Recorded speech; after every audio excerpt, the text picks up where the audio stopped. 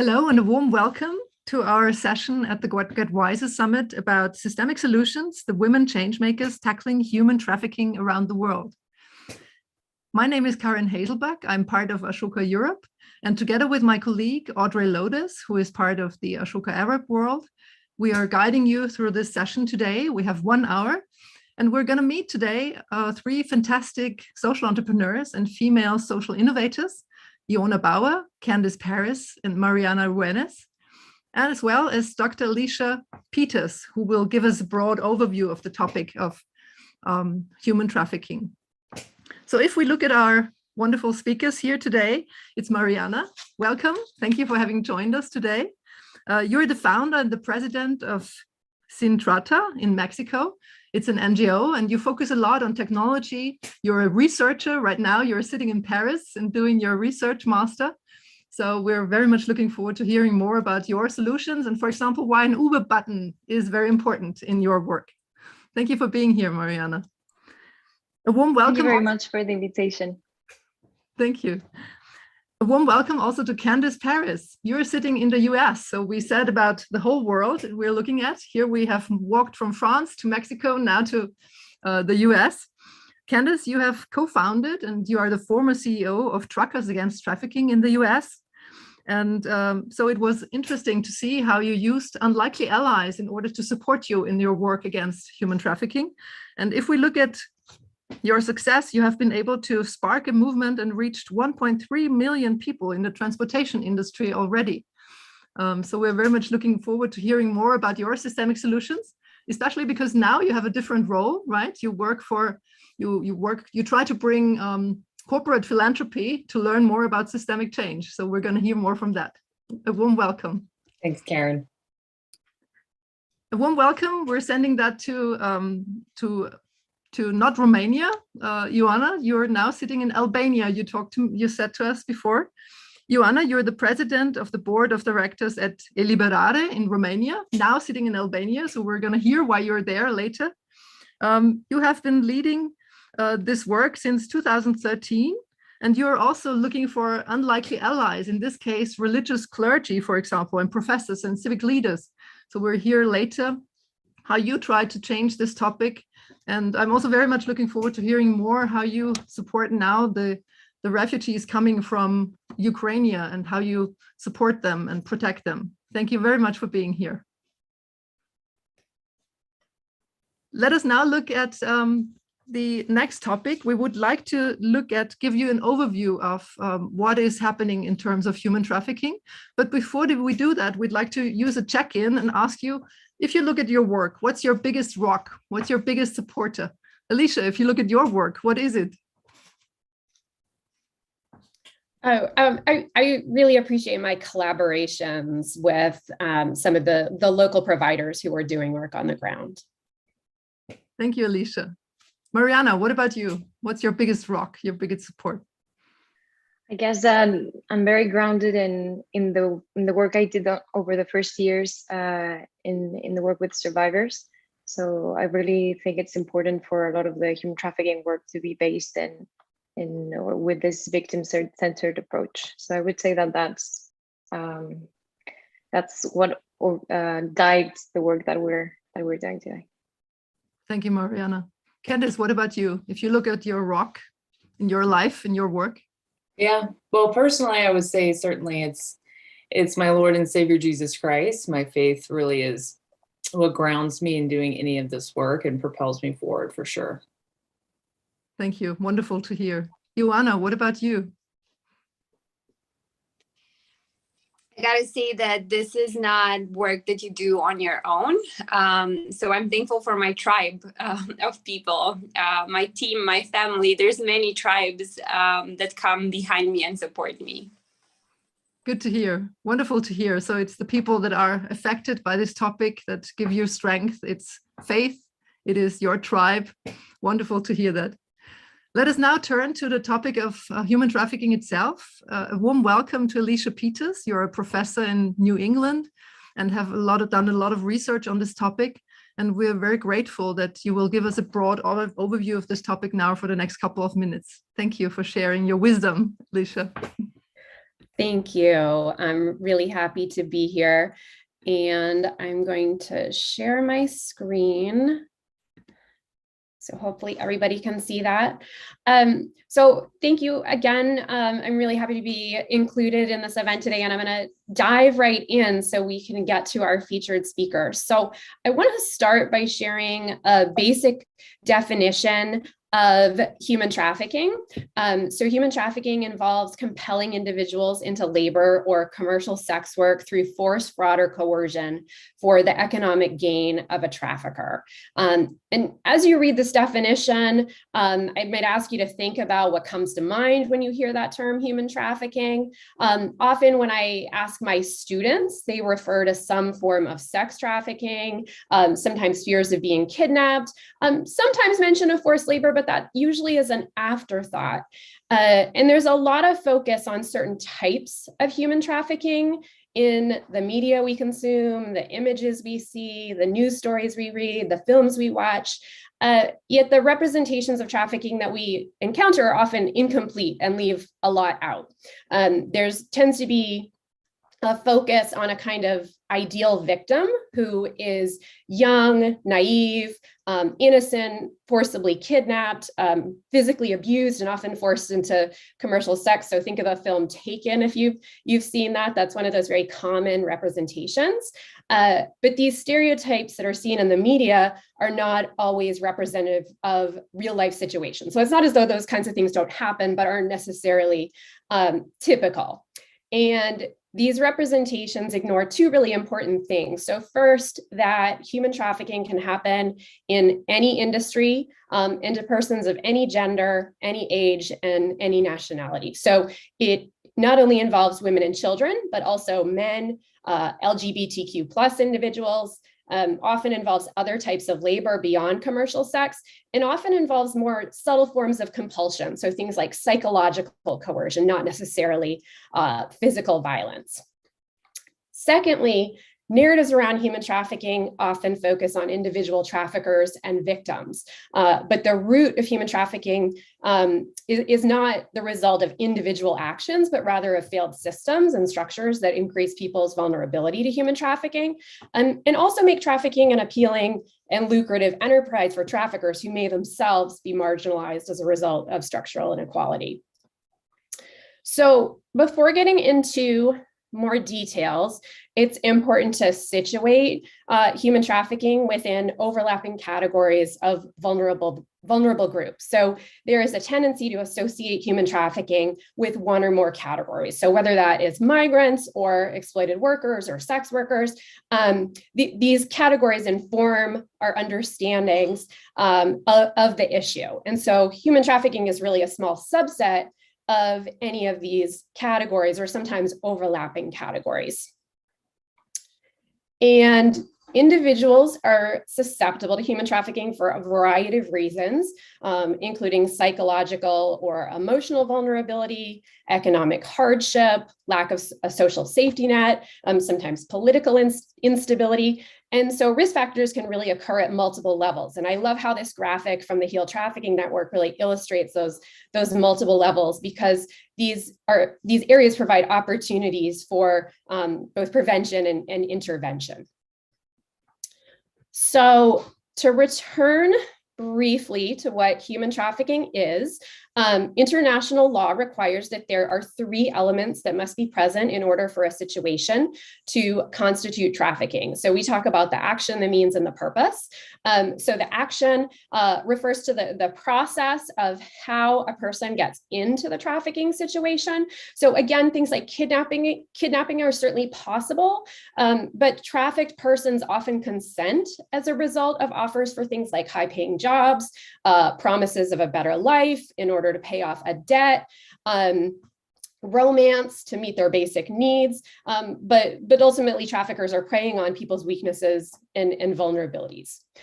The second part that needs to be present is what we call the means. This is really the heart of the definition, and is how the person is kept in the situation. It also is what distinguishes human trafficking from other forms of exploitation. So when we talk about force, we're talking about things like physical violence. It could be, confinement behind locked doors or other forms of restriction of movement. When we talk about fraud, this can be things like false employment offers, situations where the working conditions change and result in longer hours or having less control or little or no pay.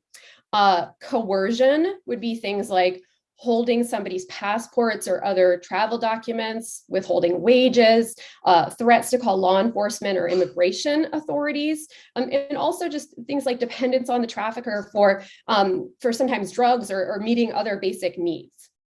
An exception to this is that anyone under the age of 18 involved in commercial sex, the means of force, fraud, and coercion are not a requirement to meet the definition. And I also, just while we're here, want to emphasize that sexual assault is often used as a means of control in human trafficking, but not only in sex trafficking, that it's very common in other labor sectors as well as a means of control. And then finally, the purpose is what the person is brought into the situation for. And again, I'll just emphasize that human trafficking can occur in any labor sector and for any purpose. And these are just some examples, but there are many, many others.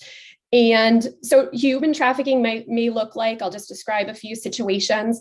This could be forcing a non-citizen farm worker in the United States to work for hundreds of hours without pay. It could refer to children who are sold into debt bondage to work in brick kilns in Nepal to pay off a family debt. It could be a young woman who's been recruited romantically and then pressured into commercial sex and being forced to turn over all of her earnings. In some cases, children may be used as collateral, so threatening harm to a person's children if a quota is not met, for example. This could also include runaway trans youth who are recruited to perform sex acts and turn over earnings in exchange for a place to stay. And then finally, I don't like to talk a lot about numbers in terms of how many people are trafficked. You see lots of estimates that are very unreliable and methodologically weak due to the underground nature of the phenomenon. That said, based on available data, the vast majority of human trafficking worldwide is into forms of labor outside of commercial sex. And this graphic just gives you kind of a comparison to think about that. So in terms of who the traffickers are, often it is someone that the victim knows. So traffickers can include neighbors, friends, community leaders, peers, as I said, romantic partners, members of their family, sometimes respected individuals like diplomats, gangs, employers. But ultimately, human trafficking is the result of structural factors and failed systems. And it's really important to understand that complexity in order to intervene. And I will end there to turn the discussion over to our speakers. So thank you. Thank you so much, Alicia, for sharing your overview with us. It's a topic you said you don't want to use the numbers so much, but still to give us a dimension, these 40 million people that are affected. And I also read somewhere that $150 billion a year in global revenues as one number is made through this incredible work. So it's a huge tragedy. It's a huge business. And you also mentioned in your talk that one of the root problems is failed systems. And that's exactly what we want to focus on here today with social entrepreneurs, with these wonderful social innovators that we have here today that will talk about their work. I would like to talk a little bit about system change before we dive into the discussion. And Audrey is so kind and shares some definition about system change in the chat. You talked about failed systems. So we have to look at root problems within a system in order to understand what is it that we can change. We have to look at the allies that we can take into our work.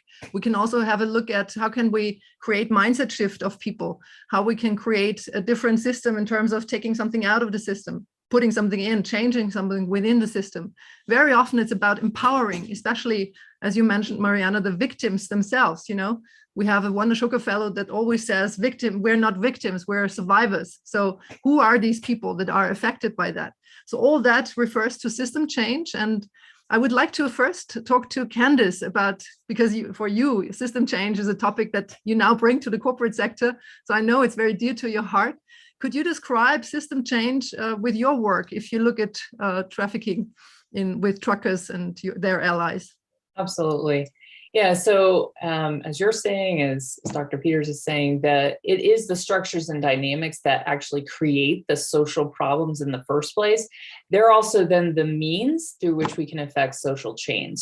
And so in thinking through how to apply them at Truckers Against Trafficking, we took a really, boots on the ground approach. And it was interesting, Karin, it was the Ashoka Globalizer, actually for me as a fellow, that was really integral in helping me think through how to apply a systems change lens to all the different facets of our work. And so here we have this amazing sector that had not really been tapped in any kind of formalized way. And yet there are 7 million members of the trucking industry in the United States alone. That's about 3.5 million CDL commercial driver's license holders. And then you have everybody else who are part of this logistics industry. And so how do you systemically approach them, and how do you use their own infrastructures to help them incorporate anti-trafficking? And so this is what we did. We started addressing multiple conditions of systems change. And the 6 that I'm going to talk about briefly are policies, practices, resource flows, relationships and connections, power dynamics, and Karin, as you mentioned, mental mindsets. And I believe it is actually important to address multiple conditions at the same time. It's not like, oh, we got this one right, now we're moving on to the next one.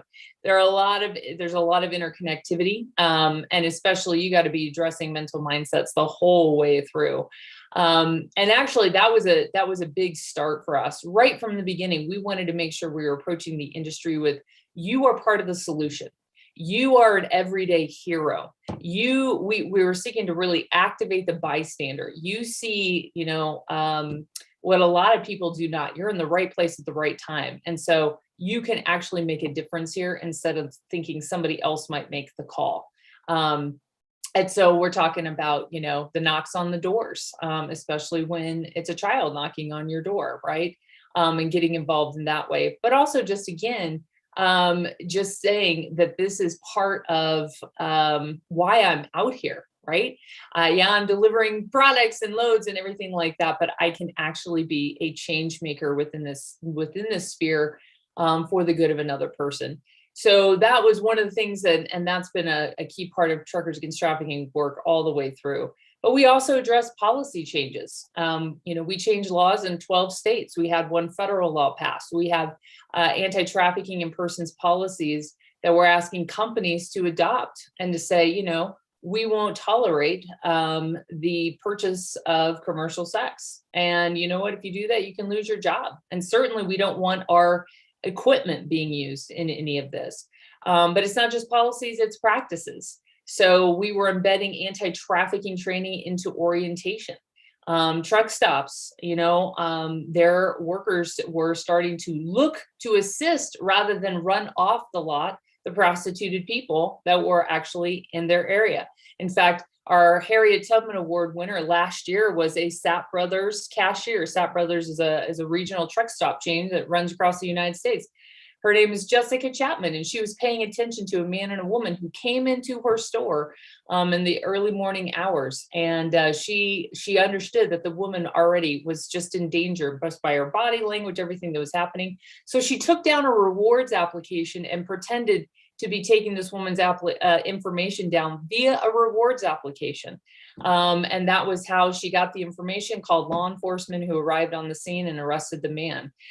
So it's this mindset that Jessica knew she could actually be a change maker right there. And Sapp Brothers has instituted our training for all truck stop employees. It's a change in their existing system, right? And a new practice for them to start being on the lookout for human trafficking. But this also has to do with resource flows as well, from the funding that we needed from the industry. We said, hey, this is a problem in your backyard. We want you to address it. And by the way, we want you to fund our work in order to help you address it. And that's what they've done. But they've also been giving big money to restoration homes as well, because they recognize that this is a full spectrum problem, right? And we need to be also helping survivors, right? Once they're out and seeking to rebuild their lives.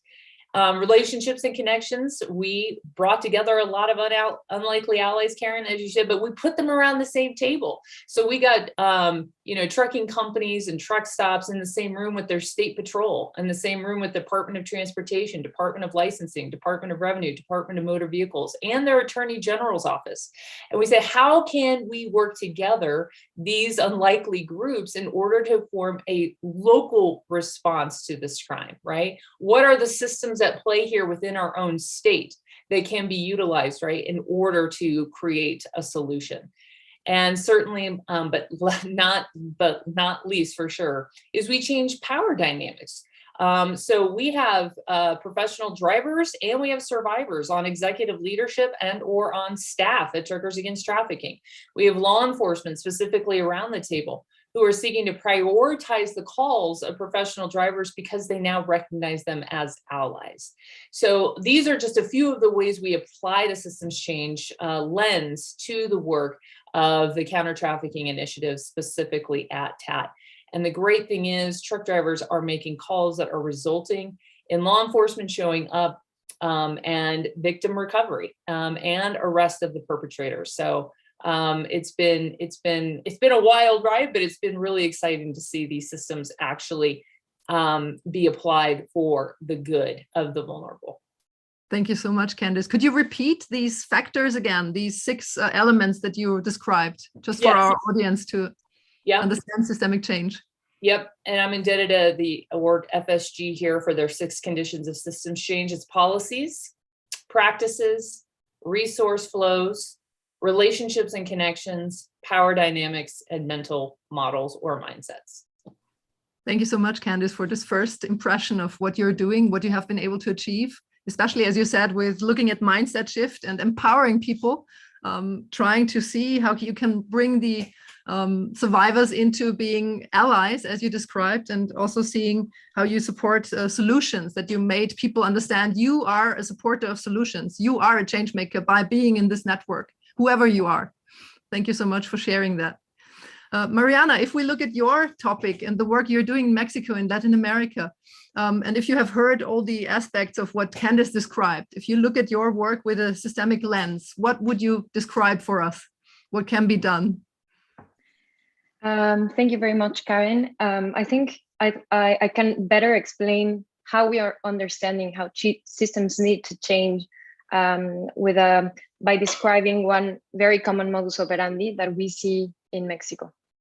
So let's take the case of Ana, which is of course an anonymous name, but very representative of this type of trafficking networks in which Ana is going through an economic crisis in her country. She has been offered by someone she trusts an employment opportunity. She said she has been contacted by social media, and through social media, she's been sent an airplane ticket. She has been supported to get her visa application going. And she embarks on a journey to get that employment that will help her support her family back at home. And it's probably an offer that seems like a sales offer of something very generic.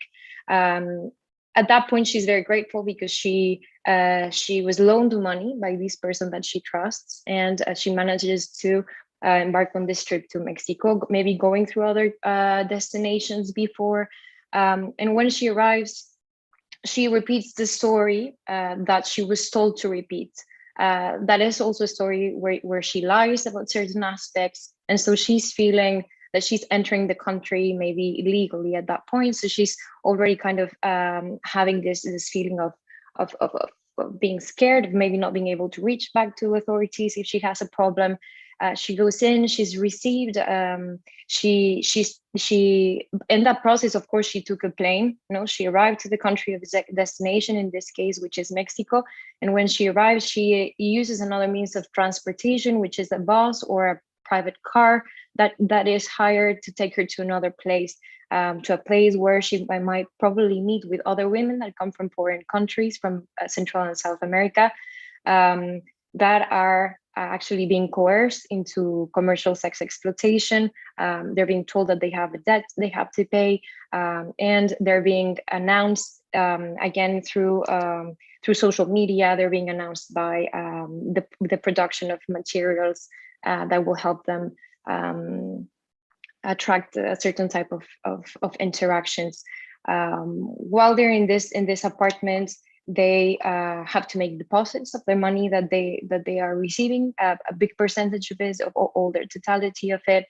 They have no freedom at all to contact their family or to have a life outside of those activities, and they are in constant vigilance. And so at that same point, she will probably, the tendency is that she will be transported in different cities, because it's called the business of moving people around. That's another name that you will find in the streets. It's called el oficio de la movedera. So moving people around from one place to another for their exploitation. You would have victims being exploited in the center of Mexico City, but then to other cities in the center, and then maybe upwards towards the north border of the United States. And this is very, very common tendency that we will find in Mexico. Mariana, thank you so much Yes. for describing how it is. If you look at the position of someone who is a victim, or who is, and all the surrounding circumstances, what is it that your organization does in terms of, especially because you told me that you are so much focused on research and you look at data analysis and technology, what is it that you can do in order to support this topic? So what we're doing is gathering evidence of this victim's journey. We're actually being able now to spot all of these actors that I mentioned. I mentioned all our partners in this journey. So we're talking to airplane companies. We're talking to these key sectors that are being involved in the process, which is the private sector. They're facing risks in the process of trafficking, and they have a key role to play in actually combating the problem. And so what we have been specifically doing is generating evidence by building a regional database to be able to approach these key actors, and later on design policy and design other types of tools for them to actually implement measures to combat human trafficking and prevent the use of their infrastructure. So we've been working, for example, with hotels nationally to help them implement measures for their personnel to actually identify and report properly human trafficking.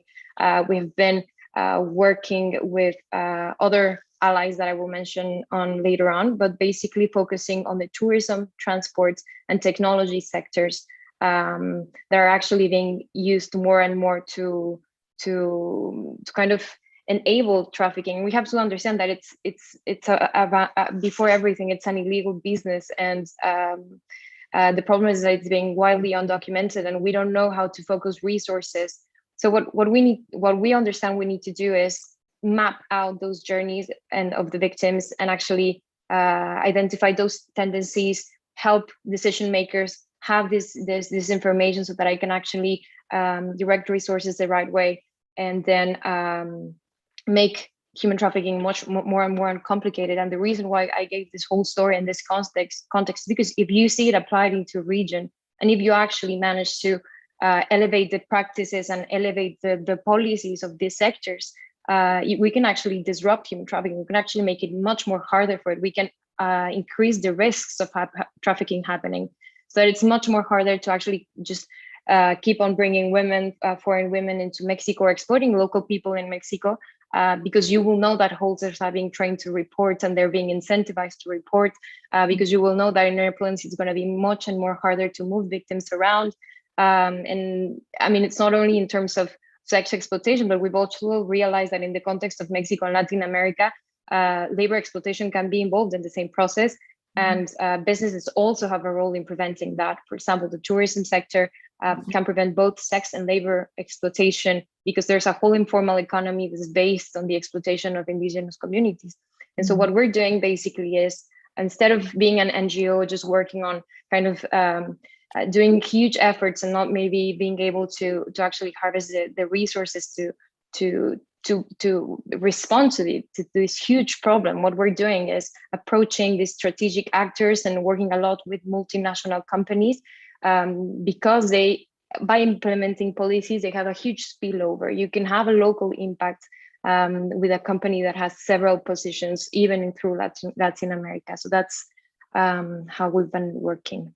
Thank you, Mariana, for describing this kind of journey and the way it happens, and then which actors you try to approach in order to, as you said, disrupt the system and make it so much harder. Thank you, Mariana.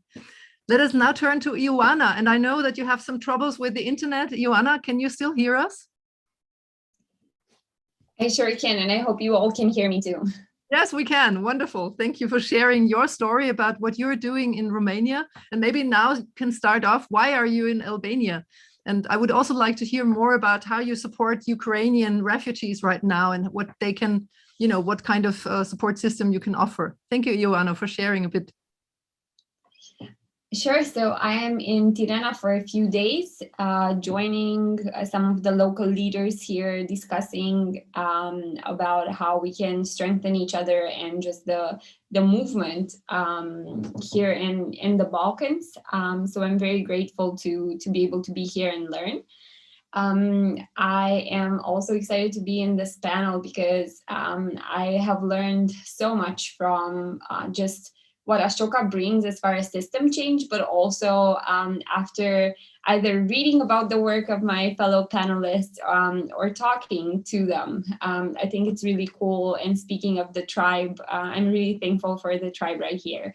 Now, as far as the work at Deliberare, I think our model is a come alongside our model. So for us, it's really important to come alongside people who are already doing work, who are in a way connected to either potential victims or people who might be able to spot trafficking in their community and equip them. So whether it's with resources such as knowledge, skill development, whether it's creating a platform where survivors' voices can be heard and bringing experts by experience to the table, or whether it's through educational programs, which is one of our major activities. We then take what we learn at that level and we try to transfer it into policies and procedures in order to ensure that things actually change, not just for one particular case. Ioana, we can't hear you anymore. Can you hear us? You were lost a little bit. Ioana, can we hear you again? I can hear you, yes. So the come alongside our model, empowering people to create barriers at the level of their community when it comes to human. Oh, the internet connection is really not so good. Thank you, Ioana, for sharing what you're doing in terms of looking at the come along and the connecting with the people that are there already. So looking at the communities, looking at people that are connected to potential victims. And Ioana, I don't know if you still hear me, but I would like to turn to looking at these allies. And I heard about your work that you also include clergy, for example, religious clergy.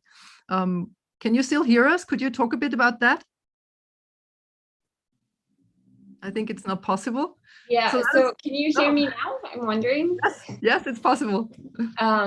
So yes, we work with the faith community and we look at people who are very close to those who are most vulnerable. So some of our unlikely allies look like this, respectively Orthodox priests. If you know anything about Romania, one thing that is a lesser known fact is that there's more Orthodox churches than there are schools. Hence, if you want reach and if you want people who already have a calling to care for the vulnerable and for the least of these are some of the folks that we've been engaging. And we've been training them on identifying potential cases of human trafficking within their community. And it was by far one of the most prolific, should I say, professional or people who have a calling, who have joined the fight and who have identified victims and who have assisted victims in their community. Thank you so much for sharing, Ioana. And can you tell me specifically, if we look at the Ukraine, is there something you can convey to us about how you support those victims coming, or those potential victims, those refugees coming from the Ukraine? Yeah, thank you for asking, Karin. Actually, one of the things that we've been talking about is how not to sensationalize the humanitarian crisis, and make sure that we don't add to the compound vulnerabilities of people who are fleeing the war, by having them believe that human trafficking looks like Alicia mentioned, a van that's snatching people at the border. So we've been doing a lot of education, a lot of awareness, and also we've been looking at standardizing indicators for the border police and for the Department of Immigration. We also have 2 Ukrainian colleagues who have been helping us develop a protection model that looks at building from actionable information. So if people do get in a situation where they're potentially exploited, who do they call? Who are their allies, right? To capacity building for the Ukrainian displaced people, whether it's for them seeking temporary protection or accessing their rights. Then building into personalized safety plans. So we are actually sitting down with people and helping them navigate the road, because Romania is mainly a transit country, and helping them figure out how to get to their mid to long-term destination safely, and then assistance if need be, while in parallel creating a resilient network of allies all across Europe who are ready to intervene and who know what a referral pathway looks like. So if there are people who want to join in, please reach out. We're always looking for friends. Thank you so much for sharing, Ioana, all your efforts to, as you said, not sensationalize the topic, but look at how sensitive it is if refugees come across the border. Thank you so much. Time is flying. We only have like 7 minutes left, and I would have wanted to do so much more, continue with this conversation so much more. We said we really wanted to include our audience. Audrey, is there any question we could address? Oh, I'm sorry, we have until 3:15. I forgot. It's wonderful. We have so much more time. Audrey, is there a question in the chat that you would like to share with us? Yes, we do have some great questions that have been sent to me. So one of them from Yusuf, he asked, what types of similarities in strategies do you see with the other speakers? And do you see any potential collaboration opportunities? Thank you, Audrey. So whoever would like to address that, if you compare your work, and I know that you have known each other for a longer time, or your work at least, who would like to start off saying what you can see in terms of comparisons? Candice, would you like to share? Yeah, thanks. Yeah, no, it's a great question. And there are definitely overlaps. And I mean, obviously, Karin, what you've been talking about again around the unlikely allies is kind of a big one. But I see, some overlaps as well in terms of working with multinational corporations, and really thinking through what is the role that business has to play in combating human trafficking, which they're often overlooked, and yet they can mobilize their workforce in a very systematic, strategic way. They can even create a culture, right, at their company that values, we are all about fighting human trafficking. One of the primary ways I understood that TAP was really making headway was when I picked up the #1 publication here in the United States for the trucking industry. It's called Transport Topics. And right on the cover of it was a story about combating human trafficking. And the opening sentence was how fighting human trafficking was now part of the DNA of the trucking industry. Wonderful. That's systems change, right? Like that's system change, that's mindset and mindset shift. And so for me, I'm hearing my colleagues, it's the same way. It's taking the priest, it's taking the hotel worker, right? It's helping them to understand this is now something that I do. It's kind of almost part of my everyday job, right? And I really can. The onus is on me to step up and do that. So, and I would say that there are probably best practices and models that can apply. We are now also working with the bus industry, and I heard Mariana talk about that. We actually are in Mexico. We're working with the SCT down there, which is basically the Mexican version of the U.S. DOT here in the United States. And we partner with a few nonprofits. Again, how can we strategically reach the Mexican trucking industry. And of course, we have border crossing as well. So thinking about that. But again, the unlikely ally best practice is probably the thing that transfers most across any kind of context, right? Where is anti-trafficking showing up? How can you activate a bystander, a new sector to become change makers in this work? And how can you use their own systems in order to do that? Thank you, Candice, for sharing. Mariana, if you look at the topic, the question, where do you see major differences, or again, like Candice, what you do the same? Well, I would like to say that when I first heard about truckers against trafficking, it was like 10 years ago, and I really thought that it was very strategic to kind of aim to a specific population and understand their concerns, to be able to also give them the right indicators. And I think something that's been done a lot in the human trafficking fight has been giving general indicators and general content to everyone, and expect everyone to react the same way or have the same information needs to actually know how to report, or even expecting to mobilize people all in the same way, or companies all in the same way. And I think that's something that's the common between the three of the projects that we're discussing today, is that we kind of have found very strategic populations, and we've specialized in understanding what will make them report more, and how we can actually enable them. So, for example, something that's interesting in one of the partnerships that we've developed, and if I can pick up on the way the question that was asked to me, and how can technology be an enabler or a challenge in this way, is that, so for example, when we look at, we have a big partnership with Uber, because we realize that drivers and couriers actually have eyes everywhere. In Mexico, you're talking that we have more than 200,000 drivers and couriers in Mexico only, and they literally know the city better than anyone. They see a lot of things go on. And so what we realized is that we wanted them to develop at this position and the skills to be able to identify and report safely trafficking.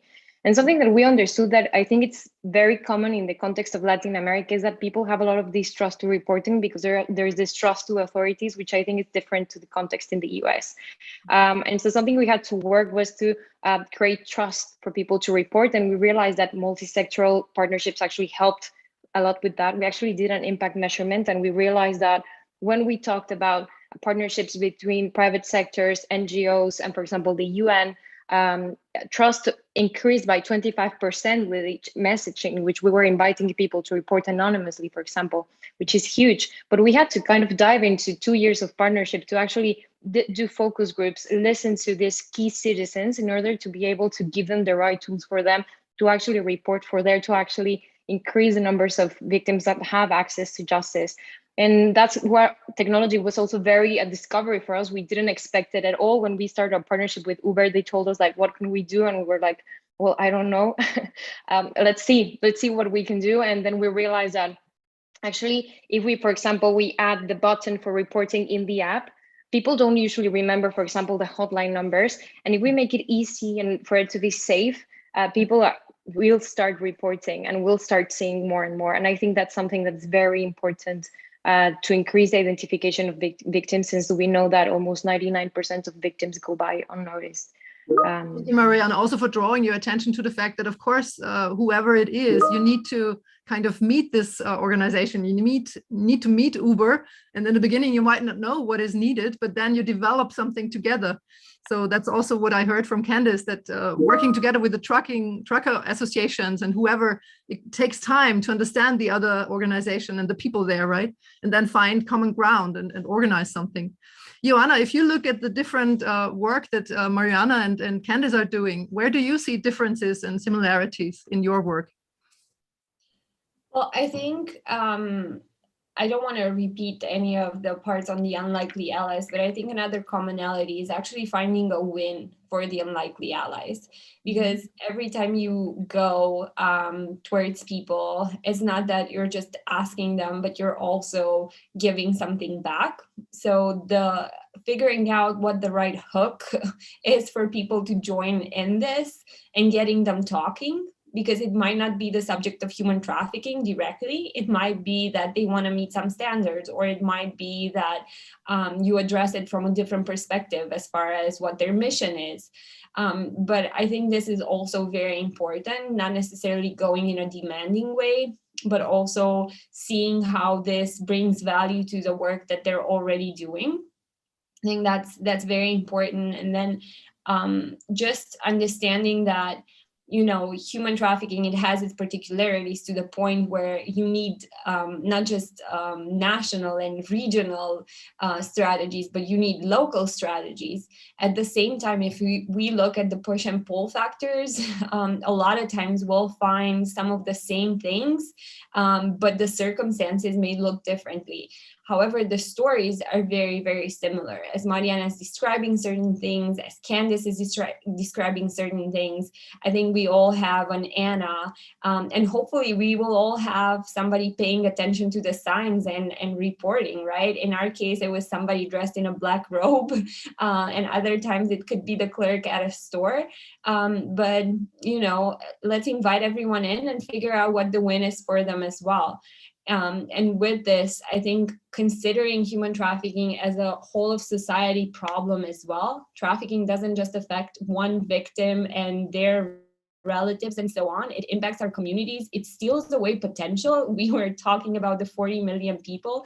These are people who could be contributing and bringing value to the society, and will never know the impact that they could have had. Because they were stuck in these situations. So it very much concerns each and every one of us, not just the victims and those around them. Thank you, Joanna. That's also what Alicia pointed out at the beginning already. If we look at the question of COVID, that's another question that Audrey shared with me from the audience. How did it affect, Candice, your work with trafficking for truckers against trafficking? Yeah. Well, our guys were always still out there. So they were the ones delivering the vaccines, delivering the products to, you know, they kept America moving. So there definitely was a decline in, you know, some of the physical kind of street-based prostitution that goes on. Saw a lot more, you know, uptick online. That's the trajectory anyway. But it was still happening in places that they would, you know, come into, park, frequent. So yeah, but I would say that was probably the biggest difference in terms of, you know, crimes against children, cyber crimes. You know, every kind of conference I attended online, that's what they were saying. You know, the traffickers adapt. They adapt. And so, okay, this is where the market is. This is how we're going to now exploit our victims in new ways. Not new, but they really, you know, exploited everyone being on Zoom. The recruiting of kids went through the roof because they knew kids were way more online, doing school online, accessing any kind of services, right? And so this became an even bigger, almost, you know, recruiting field for them during COVID. Yeah, Candice, I can imagine. And if we look at another question that was in the chat, and you already referred to it a little bit, Mariana, but the question of technology, as you said, that it went through the roof because everybody was online. So it was a disadvantage for the potential victims. And you also described it can be an asset. Technology can be an asset. How was it for you in the time of COVID, Mariana? Well, I think that we had seen already, we knew that internet was, and new technologies were being used more and more to do the human trafficking operations, because it provides anonymity, or that's what traffickers think. And because it provides, I would say, a larger spread in terms of you can be operate in multiple locations at the same time. And also, of course, as Candice already mentioned, the grooming of children online and the exploitation of children doesn't have to happen outside of home. It can happen to children while they're at home. So I think that what happened with COVID was that reports of sexual exploitation of children went up by, I think, 70%, at least the officially reported cases. So what we did immediately was launch a survey for children. And it was interesting because it's the first time ever we did something in which children participated and defined the problem themselves. And it kind of gave us a very different perspective in how to handle that. And we were able to work And we're working on actually currently on doing recommendations to work with social media companies, which have a huge role in all of these interactions, and that actually can, and this is something we wondered, what if we could actually use technology to protect children instead of the children being exposed by technology. And I believe this is a core responsibility with these companies, and that algorithms should be trained, and there should be collaboration with NGOs for us to provide kind of the insight, the research that we have on these aspects, and that it needs to be evolving. Like, it's not a one-time thing, it's something that needs to be adapting. If human trafficking adapts, we need to adapt with it. And that's, I think, the biggest challenge. Yeah. So, and what I hear from you, we have to be fast, right? Because the ones that use human beings, they adapt very quickly to whatever circumstances. So we have to adapt as well. I wanted to ask you as well about, if in the conversation we had before we met here, we thought about, a call for action to everybody who is listening. And Candice and all three of you pointed out how very sensitive this topic is. So I wanted to ask you, what is a kind of call for action that you can make while still being very mindful of the topic being complicated, and it has to be handled in a very sensitive way. So Joanna, what could be a call for action that you would see, that you would need to certain, people, but on the other hand, also to our audience here? I think I'm going to go back to what I previously said. Make this your own problem. Don't consider human trafficking something that happens to someone else that's far away from you. I think one of the most common things that we hear from victims is that, oh, I knew about human trafficking. I didn't think it could happen to me. I didn't think it happened in my community. And I think this is something where, as long as we treat this as something very far that doesn't affect us because it only affects certain people or certain victims, just like Alicia was mentioning in the beginning, we're not going to be able to make strides, right? It's still going to be something far away that we don't need to touch. At the same time, that's not true. Hence, the whole of society perspective is super important. And please start with educating yourself and figuring out who's already at work and how can you come alongside those people, those organizations who have been doing that. We don't need to reinvent the wheel. There's things happening, and there's a lot of good options for you to join the movement. Thank you for sharing, Ioana. And I know that Audrey is also sharing with our audience some links that you shared with us, the three of you, in order to, be able to take action and do something. Candice, you pointed out this very sensitive topic. So what would you recommend our audience to do, apart from what Ioana said, get involved, do something? What else is there that you feel, because it is so sensitive, that should happen? Yeah. Well, I think one of the things that I tell any audience anywhere, and we end every training with, because we are so often talking about workforce and how to see it, be the eyes and ears. But we remind everybody, you got to go to the root, and you got to talk to your own kids.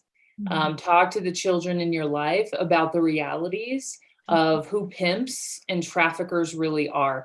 I'm from Colorado, and they asked a bunch of Denver public school children, describe the word pimp.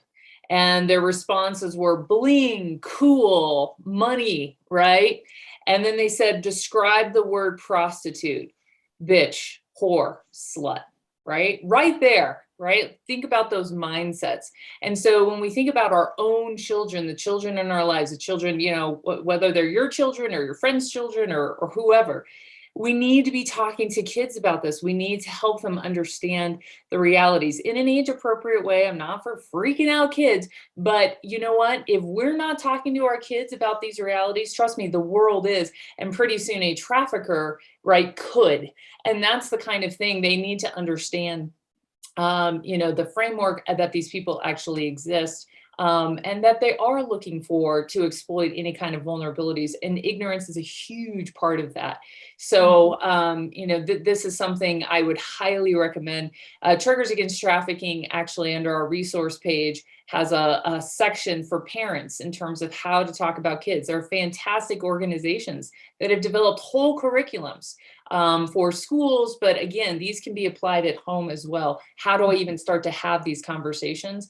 But I think that is so huge that we start getting in there and helping our kids understand the realities of this. Thank you so much for sharing that. Yeah, it's a very special call for action. And I got goosebumps when you told about that, So how can we convey a kind of mindset shift with our kids and not have these stereotypes? Thank you for sharing. Mariana, what about you? How do you see this call for action? Well, I think that if we make a call for actions in terms of human trafficking, we're talking about a crime. And our responsibility as citizens is to report crime, not to intervene. I'm sorry, I don't know if you can hear the sound. Yeah, we can hear a bit of noise. I apologize for it. Our responsibility as citizens is to report and to learn how to react. And the rest of the work is up to authorities and other very important actors. And I think this is important because it can have a backlash if we intervene in a moment where we're not supposed to intervene in the safety of everyone. But I think a very cool call to action is to talk about modern slavery more overall, and to realize that the way we spend our money, the companies we're giving our money to, every decision we make in terms of where we work and what we do, we can actually ask these private enterprises to be more responsible and to be more engaged with their social responsibilities. And I think that's very, very important, because if we understand how trafficking is economically, it's an economic problem that affects local and global economies, we can start having a better conversation in terms of, I'm so sorry about the noise, it completely... No, it's fine, I can hear you. But we can have a better conversation in terms of how we're consuming things and who we're giving our trust to. And I think that's something that we can have a look into. So for example, even checking resources, and I really like, for example, ECPAT, and being able to see which hotels are committed to human trafficking before choosing where I'm going to be staying at, or even making other types of research in that sense. Thank you, Mariana. And, time flies by. This time it's the true end. I thought it was quarter of an hour before, but we had at least this quarter of an hour. I would like to finish this conversation, this very rich conversation, with the question, what is it that gives you hope? Is it a sentiment? You talked about faith before, Candice, or is it your tribe, as you said, Ioana? But what gives you hope? Is there one person you might want to, point out? We only have 2 minutes left, but I would love to hear from you. Alicia, what about you? You have been so deep into this topic. What is it that gives you hope? I think in talking to survivors, seeing their resilience, and that they are so much more than just a victim, that they really move on to do amazing things. Beautiful. They are survivors and they are strong. Thank you. Candice, what about you? For me, it's the, hundreds of professional drivers that I've now met and interacted with. And, being at a truck show and hearing the number one response we get from them is, I have daughters, I have granddaughters. How can I be a trucker against trafficking? I love that. It's so, for me, it's seeing these drivers just galvanize behind it and recognize they can play a strategic role. Thank you. So they feel they can support the solution, as you said in the beginning. Thank you, Candice. Ioana, what about you? Where do you see hope for yourself, for your cause? I think a lot of times we are after the big wins and we forget to celebrate the small wins. So for me, it's every time when we are able to rejoice for the one, is definitely a moment that's filled with hope. And it's also fuel to keep us going the long run. Thank you for sharing, Ioana. Mariana, what gives you hope? For me, I think it's remembering and having a memory of how much things have changed over the last 10 years. I started when I was 18, being involved with these issues, and I'm almost 30. And in these years, I think many things are changing. That many regulations are coming up. The discourse is completely being transformed, and it gives me a lot of hope to think that things will continue on this direction. I would like to say a final thank you to all of you, to Alicia for showing us the depth of this topic, for Candice showing us how wonderful it is to, have everybody involved and let them feel the change makers that they are. for Mariana showing us how important technology and research is. And we hope that you will have a good finish of your master in Paris. Joanna, thank you for sharing your perspective of, being able to have the community, have the tribe in order to be able to change something in this world in terms of human trafficking. Thank you so much for everybody listening in, and we see each other again. All the best. Bye-bye.